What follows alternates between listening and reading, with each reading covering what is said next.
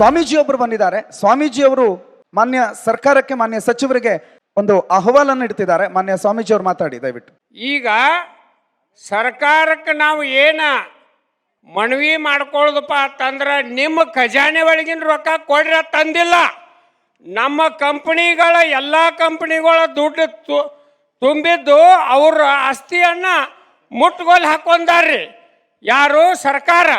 ಆ ಸರ್ಕಾರ ನಮ್ಮ ದುಡ್ಡು ನಮಗೆ ಕೊಡಿಸ್ರಿ ಅಂತ ಹೇಳಿ ಅವ್ರಿಗೆ ಒತ್ತಾಯ ಮಾಡಿ ಹೇಳ್ತಾ ಇದ್ದೇವೆ. ನನ್ನ ವೈಯಕ್ತಿಕ PSL ಕಂಪನಿಯಲ್ಲಿ ತೊಡಗಿಸತಕ್ಕಂಥ 2 ಕೋಟಿ ರೂಪಾಯಿ ಹಣವನ್ನು ಈ PSL ಇಂಡಿಯಾ ಲಿಮಿಟೆಡ್ದಲ್ಲಿ ತೊಡಗಿಸಿದೆವು. ಅದಕ್ಕಾಗಿ ಅವ್ರದ್ದು ಆಸ್ತಿ ಭಾಳ ಐತ್ರಿ. ಅವ್ರ ಆಸ್ತಿ ಭಾಳ ಐತಿ. ಅದನ್ನು ಸರ್ಕಾರನ ಬಂದ್ ಮಾಡೈತಿ. ಈಗ ಸರ್ಕಾರನ ವಶದಲ್ಲಿ ಐತಿ.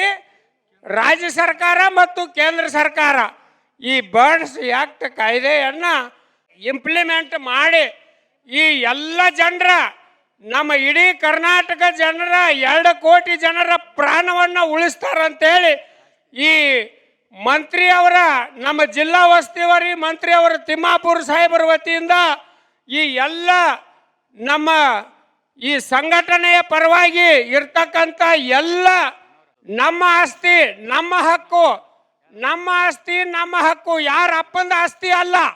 ಅದಕ್ಕಾಗಿ ಇದನ್ನು ಸರ್ಕಾರ ನಾವು ಖಂಡಿಸ್ತಾ ಇದ್ದೇವೆ.